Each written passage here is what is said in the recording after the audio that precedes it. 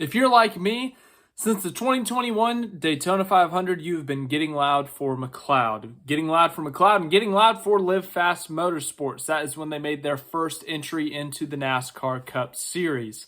Live Fast was a full-time team from 2021 to 2023. They had a charter that they had acquired from Go Fast Racing. Remember them? The 32 car, the Ford, Matt DiBenedetto, Corey LaJoie was in that car. But a couple of months ago, they ended up selling that charter for $40 million. Oh my goodness, BJ McLeod is eating very fancy right now. Speaking of BJ McLeod, though, he opened up on some of the future of his teams. He also owns an Xfinity team, but he opened up on the future of that and his Cup team, Live Fast Motorsports. So we're going to talk about that today. I know Live Fast hasn't been the most competitive Cup team. They are a back marker for the most part. They only have 2 top 10s in their 3 years, but it's still a team we're going to talk about. I want to talk about it, so we're going to talk about it if you haven't picked up on that yet. So yes, BJ McLeod did an interview with some media members today, or a media session, whatever you want to call it. And he just listened to some questions, answered some questions about the future of his 2 teams, the Xfinity and the Cup program. His Xfinity team is just BJ McLeod Motorsports, plain and simple. Cup team, Live Fast Motorsports, that were co-owners. I think it was Matt Tifft, former Cup Series driver, and Joe Falk. Yeah, so those were the 3 owners. Some changes have been made outside of just the charter change. Obviously, they sold the charter to Spire. They have a lot more money. But BJ McLeod has confirmed what they are doing next year. Here's what he had to say. BJ McLeod said the team plans to run a part-time Cup schedule as an open car with super speedways and possibly road courses, and will run 1 car in Xfinity, to be determined if part-time or full-time. I think they used to run 2 cars in that Xfinity program. Anthony Alfredo used to be one of their drivers. Alfredo has departed the team, or the team has let him go. Maybe it was mutual.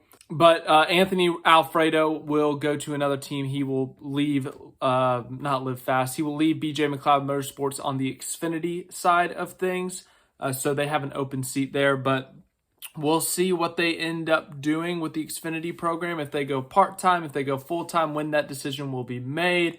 And then obviously who is in that car. The Xfinity team's been a little bit more competitive than the Cup team. They've had some better results.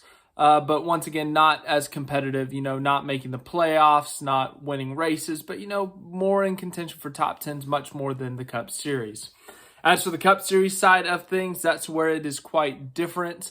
As I said, only 2 top 10s in the 3 years, multiple drivers throughout each and every year. I mean, I'm going to read off the list of drivers that they've had in their cars since 2021. BJ McLeod, Scott Heckert, Shane Golobic, Kyle Tilley, Andy Lally, Josh Williams, I was about to name someone that I already named, Josh Balicki, Anthony Alfredo, and Sheldon Creed. So they've had quite a number of drivers. BJ McLeod has made a majority of the starts for them. We usually see other drivers on the road courses. As for the Cup program, McLeod said he will be the driver in the attempt to make the 2024 Daytona 500. He said they will keep the number 78 in Cup. McLeod said Matt Tifft will leave the ownership group, so it will be BJ and Jessica McLeod, Joe Falk. Of course, Jessica is the wife of BJ McLeod, but to see that Matt Tifft was leaving was something I didn't expect to see. Tifft and McLeod helped form this team in the Cup Series.